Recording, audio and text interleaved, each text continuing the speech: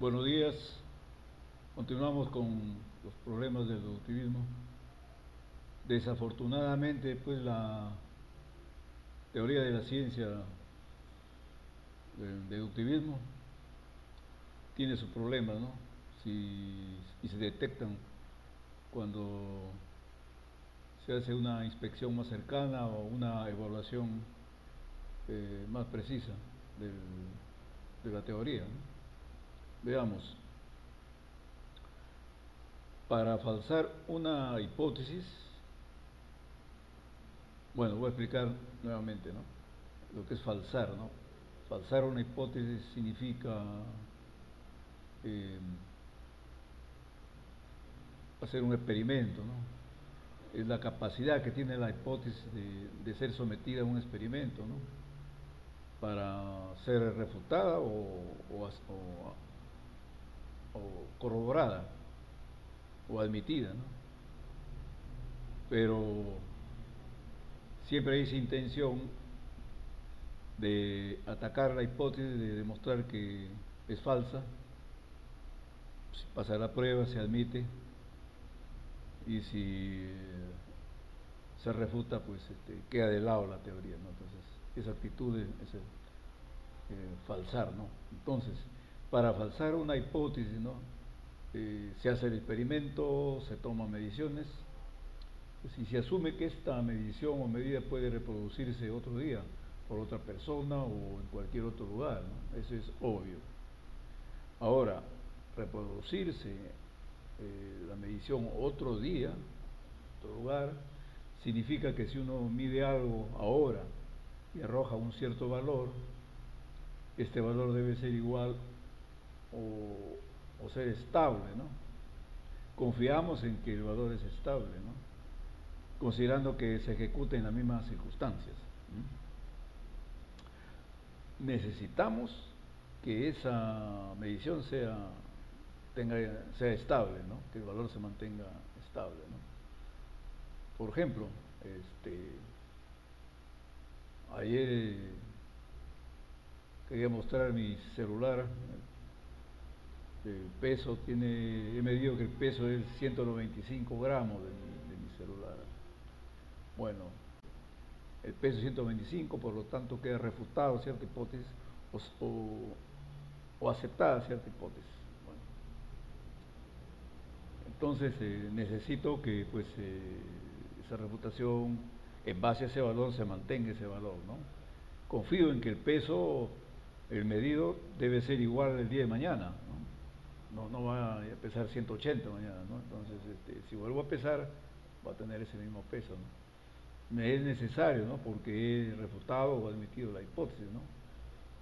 Si he admitido la hipótesis, pues la necesito que ese valor con el que medí la hipótesis y con la que acepté la hipótesis se mantenga estable, porque con esa hipótesis ya necesito utilizarlo, ¿no? Para predecir, explicar, ¿no? Con esa teoría, con esa hipótesis, ¿no? Pues tenemos ya un saber científico, un conocimiento demostrativo, explicativo, causal, ¿no? Y pues tengo que usar ese conocimiento, ¿no? Y confiamos que en futuros test, futuras pruebas, futuras mediciones, pasará nuevamente la prueba de esa hipótesis, ¿no? Y es inevitable que pueda repetirse la prueba, alguien lo hará, ¿no? Es decir, hay intrínsecamente una reproducibilidad, ¿no? Pero justamente esta capacidad de reproducibilidad, ¿no? Es la que da una fe, entre comillas, ¿no? Una fe que la hipótesis era siempre corroborada, y esto huele a inductivismo, esa fe animal, ¿no? De saber que la medición va a ser igual en una hipótesis, ¿no? Porque hay una fe, ¿no? Que en futuro test la hipótesis también será falsada, pasará la prueba, y este es un problema, porque estamos haciendo una asunción, y eso es una generación inductiva, ¿no? Pues se dice ha sido medido 30, 40 veces y dio el mismo resultado, y asumo que mañana será igual, ¿no? Y si hago esa asunción, suena a un corte de tipo inductivo, ¿no? A una aproximación de tipo inductivo a esta situación, ¿no? Y esto es un problema porque el deductivismo trató de sacar del camino a la inducción, ¿no? Al inductivismo, ¿no? Pero esta se cuela por la puerta trasera, ¿no? Y hace perder ese atractivo del deductivismo, ¿no? Ahora, y así como el inductivismo recuerda en una definitiva confirmación de la hipótesis no era posible, porque ya sabemos que esa fe inductiva no estaba justificada en los videos concernientes al inductivismo, vimos sus problemas, ¿no? Entonces, en el deductivismo una definitiva falsación tampoco es posible, porque al colarse el inductivismo contamina, ¿no? Trae eso, contamina esos problemas del inductivismo hacia el deductivismo, ¿no? Porque el deductivismo tiene que asumir que la data, la medida, el valor de la medida es reproducible. Confío en que se va a mantener, ¿no? Para seguir manteniendo, usando esa hipótesis, ¿no? En el campo, en las aplicaciones, etcétera, ¿no? Así que estamos de regreso en el inductivismo, ¿no? Ese es este problema del deductivismo.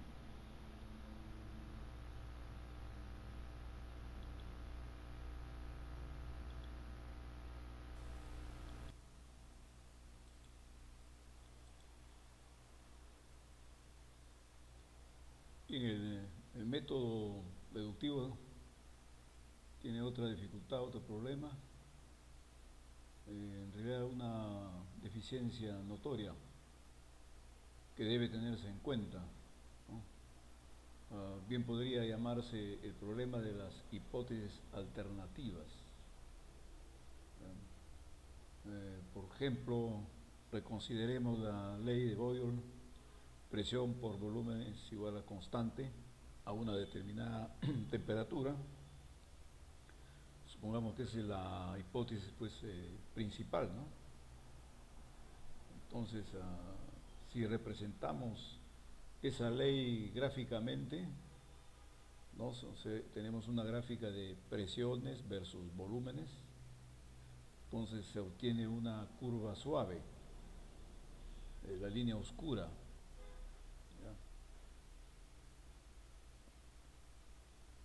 Y ahí tenemos dos puntos señalados con dos flechas. Ya, bueno, uno corresponde a una presión de una atmósfera y un volumen de un pie cúbico. El otro punto de la curva sólida, ¿no?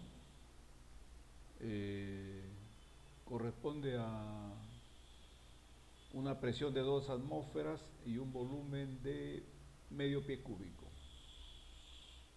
Ahora, si bien estos dos puntos corresponden, pues, a la hipótesis principal ahí de Boyle, ¿no?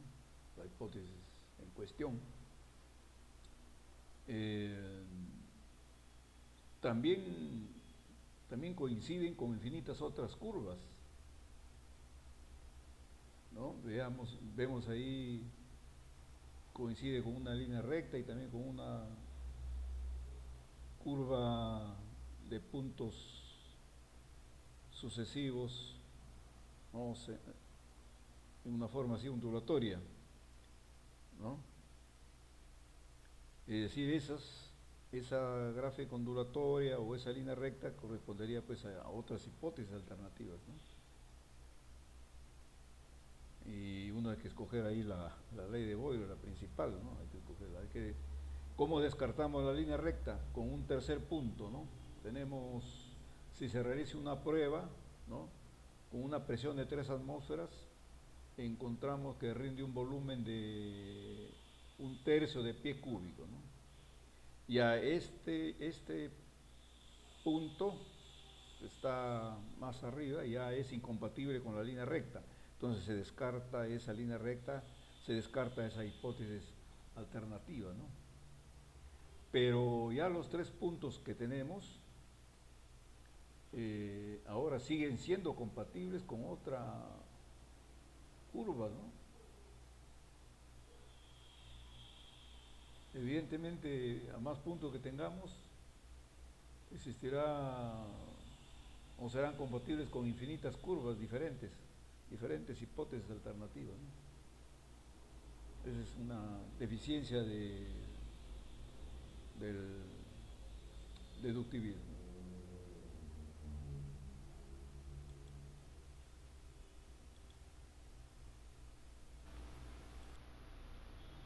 Hay que tener en cuenta que de las hipótesis refutadas e hipótesis sobrevivientes, ¿no? Cualquiera de ellas, a los intentos de refutación o falsación, el método deductivo prefiere pragmáticamente las hipótesis no refutadas como objetos teóricamente más interesantes para ulteriores contrastaciones.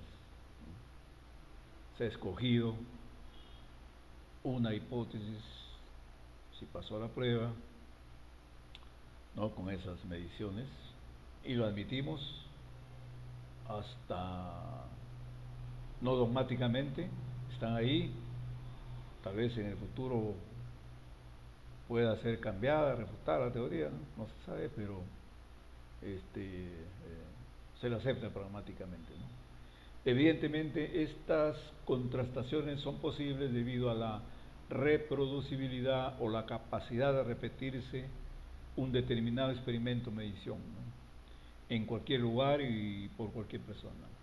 De ese modo se sigue corroborando la hipótesis científica.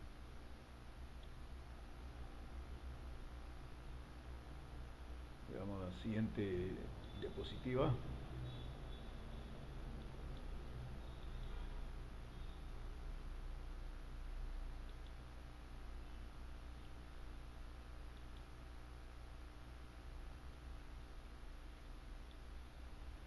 Dice la diapositiva, pero en esa corroboración o evaluación hay dos cosas. O sea, cuando ya hemos aceptado esa hipótesis, ahí hay dos cosas que observar, ¿no? Primero, hay pues un criterio práctico de preferibilidad de la hipótesis sobreviviente. Es decir, que presentamos subrepticiamente como preferible una hipótesis sobreviviente ante la evidencia de haber resistido en el pasado a los intentos de refutación. Esa hipótesis preferida está dejando de lado otras hipótesis alternativas justificables. Por otro lado, se puede señalar que se introduce de contrabando la inducción al presentar como preferible una hipótesis sobreviviente ante la evidencia de haber resistido en el pasado a los intentos de refutación. O sea, volvemos a repetir, insistir, cómo se cuela el inductivismo, ¿no? en las hipótesis.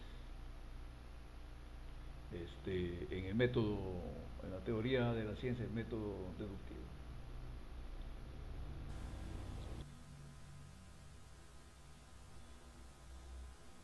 Tenemos pues ahora el tercer problema del deductivismo. Esto obedece al espíritu crítico de la ciencia de estar constantemente haciendo el test y las pruebas de las hipótesis y conduce eso a resultados inesperados o desagradables, ¿no? Por esa constante crítica y la severidad de las pruebas, ¿no? Se admitió la hipótesis, sí, hubo una preferibilidad de cierta hipótesis y deseo de que ahí ya no se siga, que se mantenga estable todos los resultados. Sin embargo, el potencial crítico, el potencial de hacer otras pruebas siempre está presente.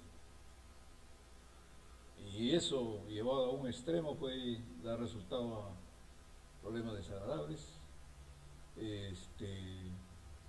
Vamos a desarrollar esto. Supongamos, tenemos ahí la función y, función de x, ¿no? Digamos, supongamos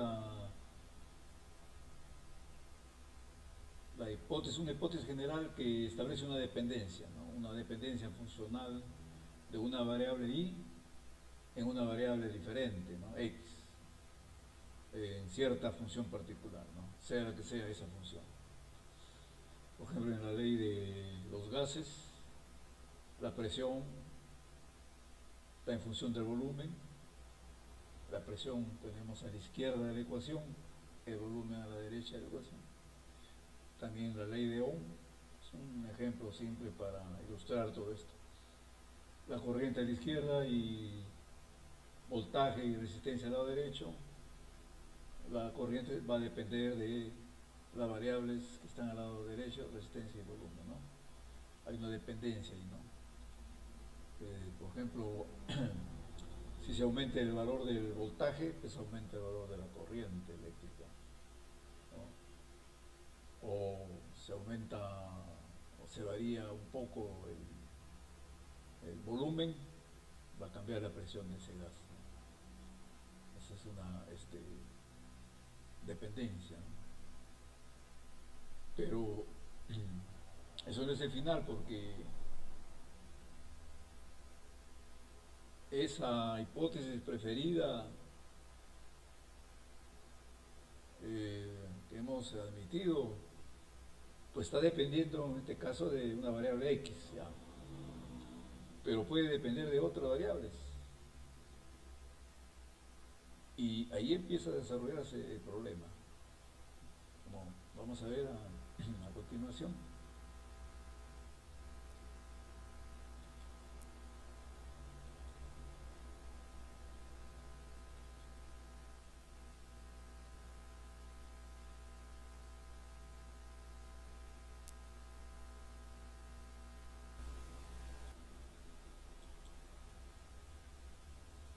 Decimos pues que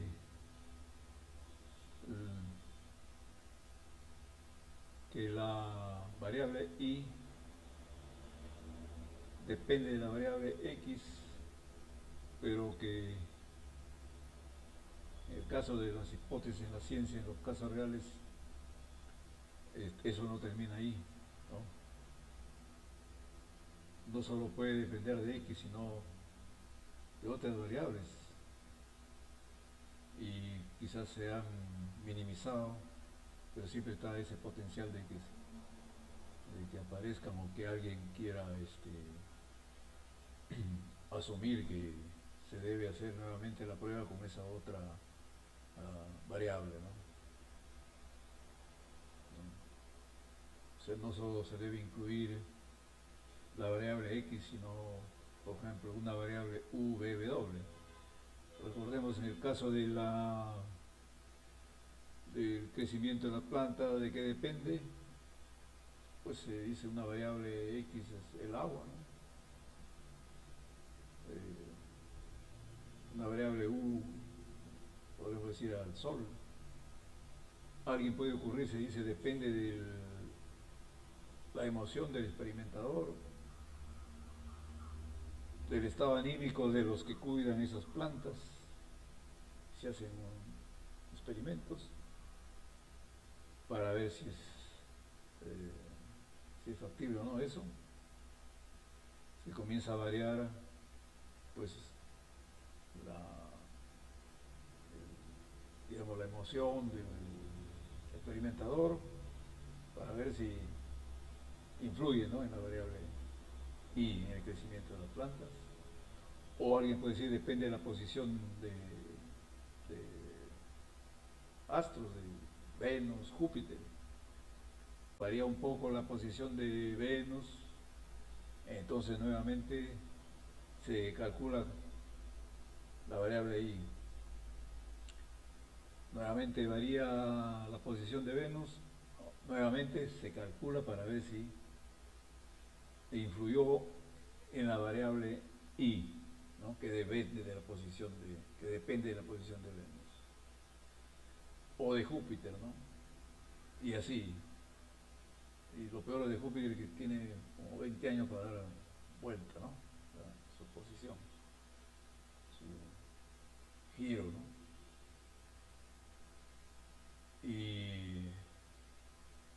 así otros pueden asumir otras variables, ¿no? Y esto nunca se termina, ¿no?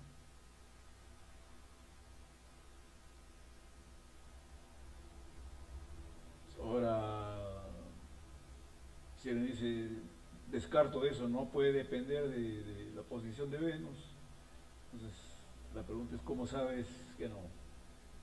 Entonces, eres dogmático cuando dices que no, que por supuesto que no depende de la posición de Venus, de Júpiter, ¿no?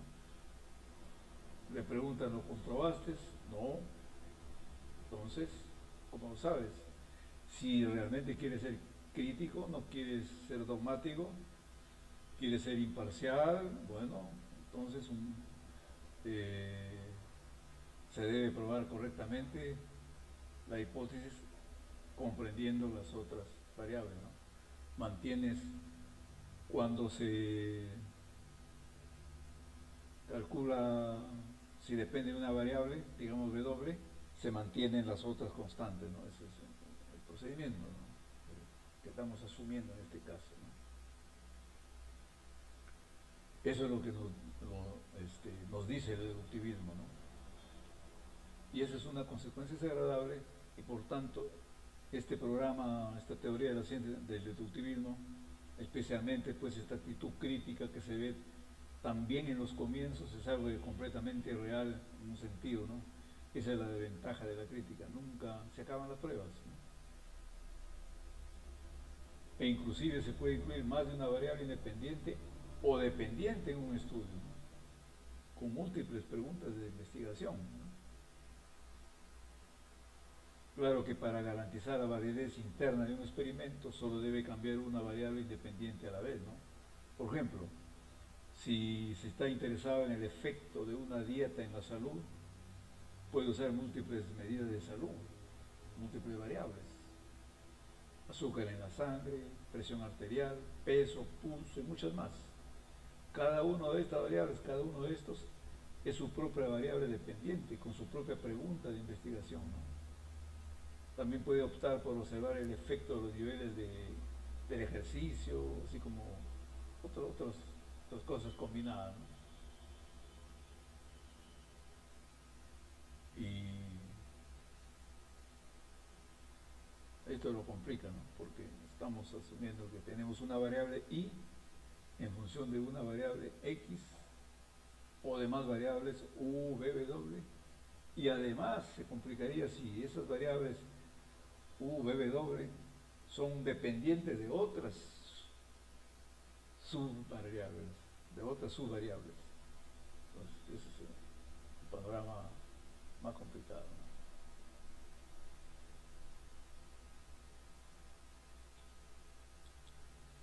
Veamos otro ejemplo.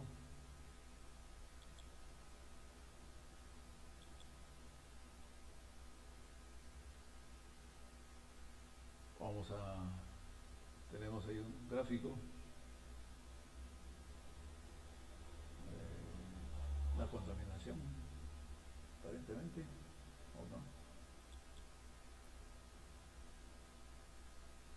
Y aquí vamos a ver el caso del cambio climático. Unas breves palabras al respecto.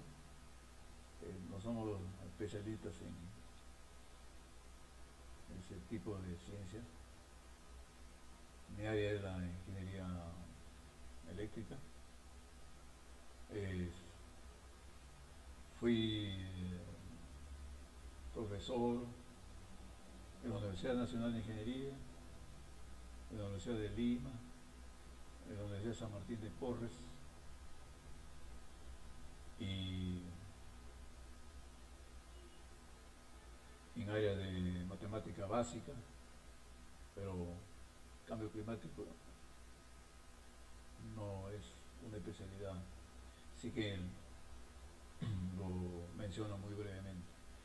Tenemos en el caso del cambio climático, digamos, una hipótesis antropogénica, ¿no? Veamos el pronóstico climático y es función de X. La hipótesis antropogenética, digamos que es cuando usan petróleo y carbón para calentar casas, administrar fábricas y trasladar personas y cosas de un lugar a otro, etc. Esto es que la quema de petróleo crudo y carbón aumenta el contenido de CO2 de la atmósfera de nuestro planeta, lo que a su vez conduce inevitablemente a un calentamiento global considerable. Esto conlleva numerosas consecuencias negativas, en particular el retroceso de los glaciares o extremos climáticos, más frecuentes los cambios extremos de clima, aumento de la extinción de especies, aumento de la propagación de enfermedades. Entonces tenemos, y la variable cambio climático tiende al calentamiento global, y la X es el aumento de CO2 por quema de petróleo crudo y carbón. Pero ¿qué tal si en la variable X consideramos otro tipo de variables? U, B, W, R, S, etcétera. Así como, veamos,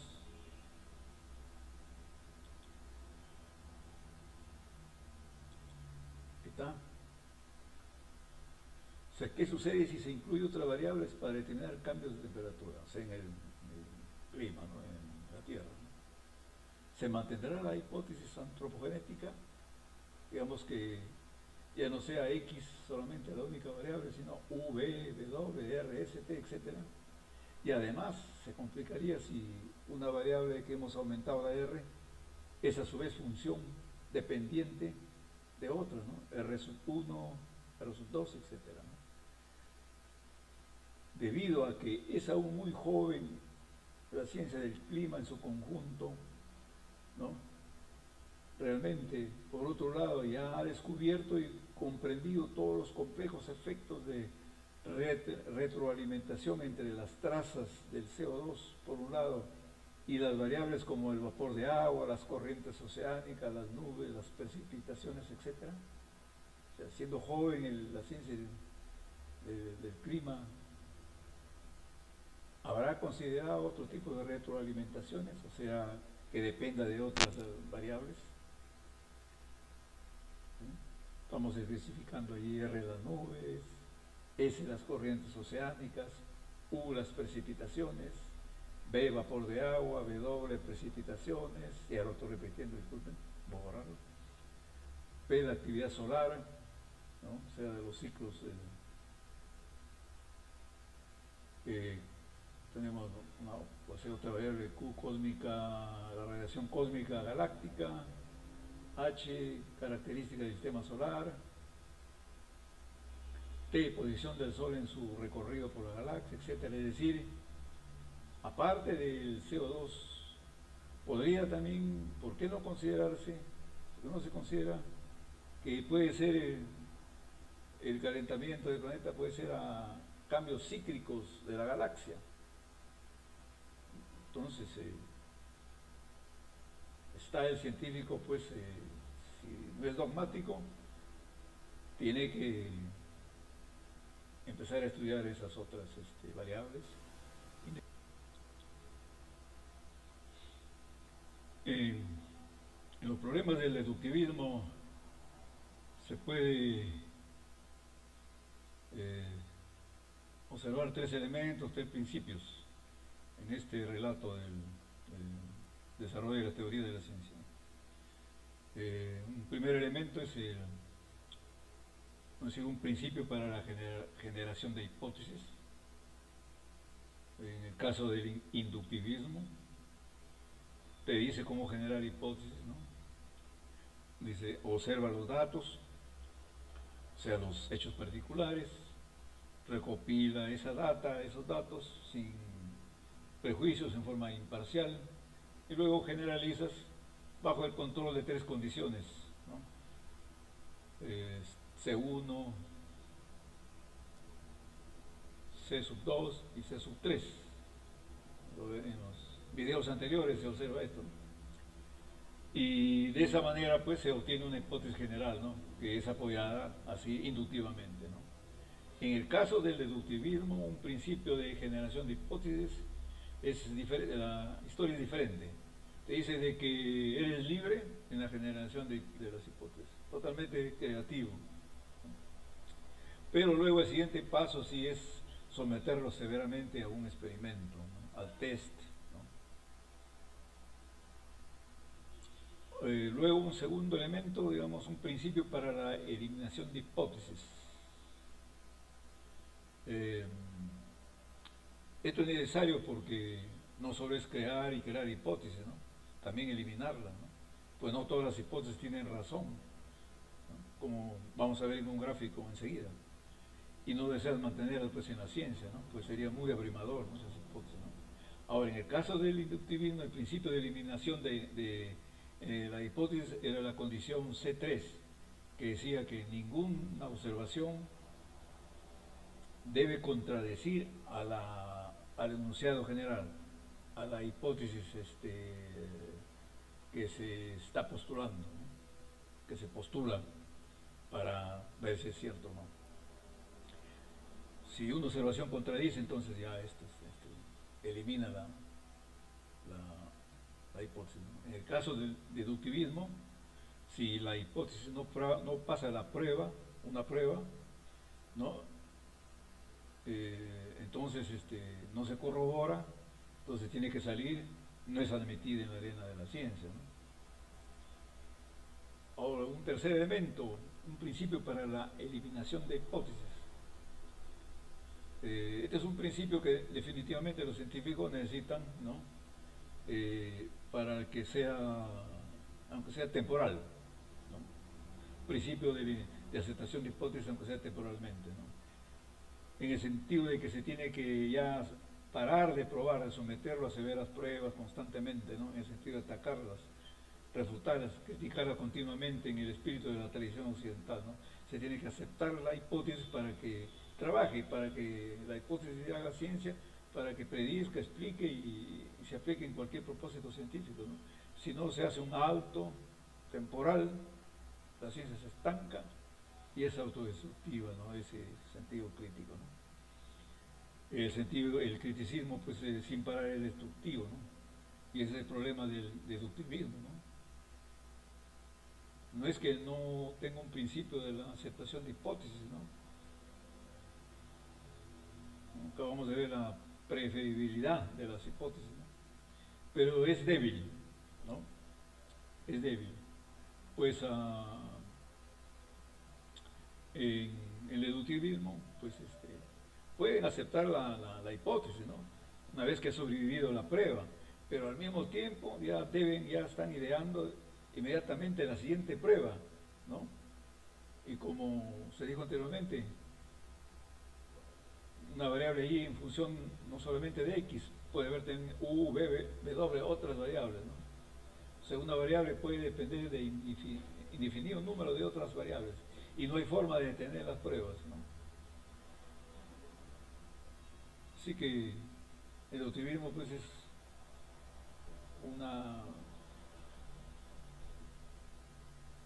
te dicen que la ciencia es muy dinámica, un enterprise, ¿no? Y tiene que estar probando y probando, y ese es su problema.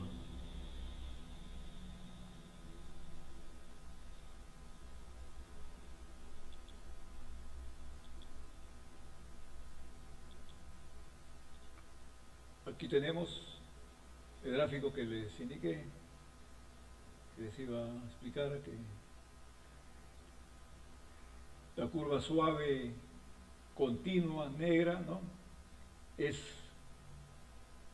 la gráfica de la ley de los gases, presión por volumen es igual a constante, suponiendo una determinada temperatura, que no varía esa temperatura, y se observó que había algunas hipótesis alternativas, había que descartar eso, no se podía estar simulando todo eso, ¿no?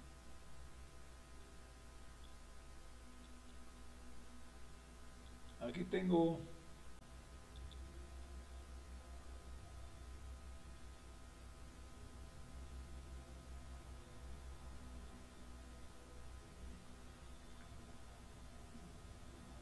traigo aquí un pequeño ejemplo de la filología, trata de, en los datos históricos que recoge, trata de hacer ciencia en el sentido de que sean lo más objetivo posible los datos que recoge la filología, ¿no? Y en estos casos, los filólogos pues explican a través del estudio de las lenguas alguna parte de la historia, ¿no? Y adoptan una hipótesis, hacen un alto, un stop, adoptan una hipótesis y comienzan a explicar todos sus trabajos, comienzan a basarse en todo en eso, hasta que aparezcan nuevas experiencias, nuevos elementos que hagan cambiar su hipótesis original y la cambian hacia otra hipótesis, ¿no?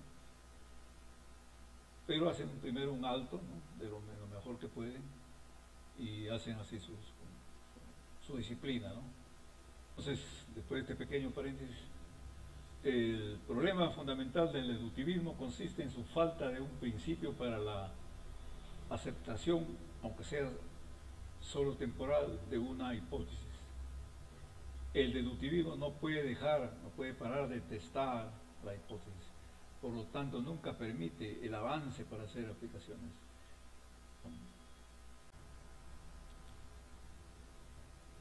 El deductivismo pues no para de hacer los test, ¿no? Y ese alto criticismo es destructivo, ¿no?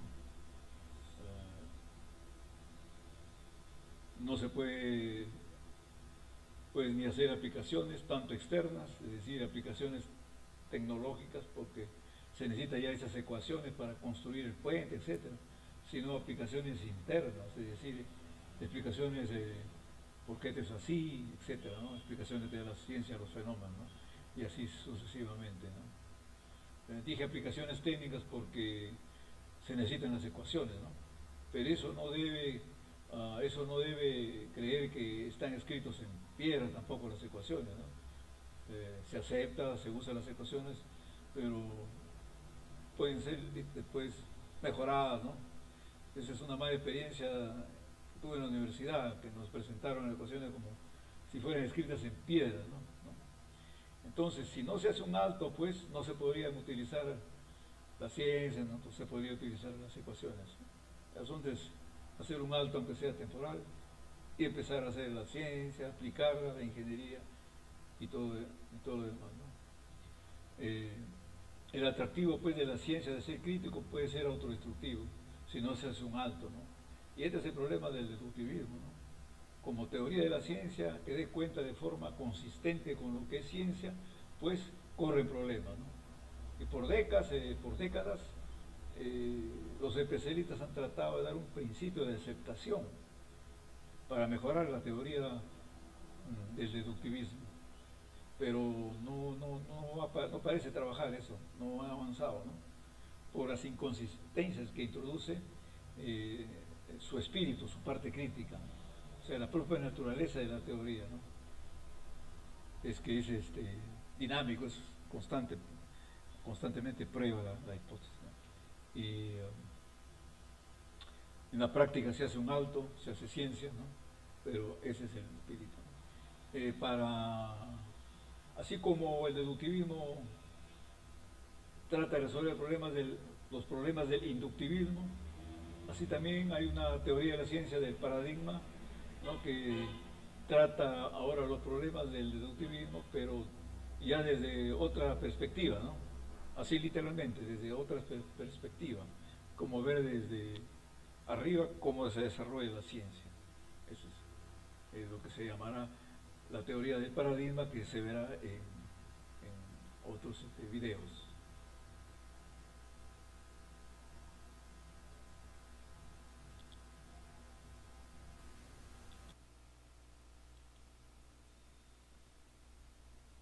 Bien, antes de ingresar a la teoría de la ciencia del paradigma, empezamos con unas hacemos un intermedio para ver este tema de normativo versus descriptivo. Empezamos con la observación que para responder qué es la ciencia, habíamos tomado un camino que es el camino normativo, de norma, ¿no? Y eso corresponde al inductivismo y al deductivismo, ¿no? Pero parece que hay otra forma de responder a la pregunta ¿qué es la ciencia? Ustedes estarían de acuerdo en eso, ¿no? Veamos. En el caso del inductivismo, recordemos que cuando se desarrolló la posición del inductivismo, se dijo que era normativo, ¿no? Recordemos. Y esa era una respuesta a la pregunta ¿qué es ciencia? ¿No? Se llamó normativo porque era como manejar en el centro de la ciudad, manejar el carro, respetando las luces de tráfico, las normas de tráfico, ¿no? Etcétera, ¿no? Pero habría otra manera de responder a lo que es la ciencia, ¿no? Y se llama teoría descriptiva de la ciencia, ¿no? Expliquemos. Usted dice, si quiero saber qué es la ciencia, mejor observa a los científicos en el trabajo, en su laboratorio, ¿no? Ellos son los practicantes de la ciencia, así que observémoslos y luego averigüemos qué hacen, ¿no? Observémoslos diligentemente, tomemos nota y luego averigüemos qué hacen, y una vez que descubramos eso, podemos describir lo que hacen y eso es ciencia, ¿no? Escribimos, redactamos, dice, esto es ciencia, ¿no? Este proceder, pues, de ir a los laboratorios, tomar nota, pues, es un procedimiento empírico, ¿no? Empírico descriptivo, ¿no? Explicaría cómo ustedes procederían, ¿no? Para responder qué es ciencia, ¿no? Cada uno, pues, iría a su campo particular, ¿no? Ser biólogos, horticultura, ambientalista, físico, etcétera, ¿no? Así que si quieren estudiar, por ejemplo, los niveles de los lagos o la contaminación de los lagos, comportamiento de las plantas, cómo trabajan en los invernaderos, es decir, va usted al campo, al laboratorio, lo que sea, observa, toma nota, ¿no? Cómo los científicos están haciendo las cosas, y tarde o temprano podrá responderse a la pregunta, ahora sé qué es ciencia, ¿no? Y repetimos, eso es un procedimiento empírico, ¿no? Porque usted hace una investigación en el campo, ¿va? Empírica, sobre las peculiaridades, ¿no? de su tema o campo, ¿no? Y observa lo que los científicos hacen, ¿no? En su campo, ¿no? La respuesta que obtienen para ustedes será bastante plausible y convincente, ¿no? Por otro lado, el normativo, el procedimiento normativo, dice, pues, bueno, yo quiero producir conocimiento confiable y eso no lo puedo obtener observando aleatoriamente, ¿no? En los laboratorios, en el campo. Puede ser diferente en otro lugar, estoy en un país, observo cómo hacen, pero puede ser diferente, entonces yo quiero un conocimiento confiable, ¿no? Y entonces la teoría normativa da una norma, ¿no? Un imperativo de cómo hacer las cosas. Por ejemplo, recuerdan el inductivismo, empieza con enunciados singulares para llegar a los enunciados generales o hipótesis, ¿no? A través de ciertas reglas, ciertas condiciones, para evitar errores al obtener conocimiento científico, ¿no? Y no simplemente observando cómo hacen en el laboratorio del edificio contiguo, cómo trabaja ese laboratorio, ¿no? Sino ejecuta un método con normas, ¿no? Y de modo imperativo, cómo deberían proceder, ¿no? Los científicos para obtener conocimiento confiable, ¿no? Y eso pues implica reglas, normas, ¿no? Entonces ese es el proceder normativo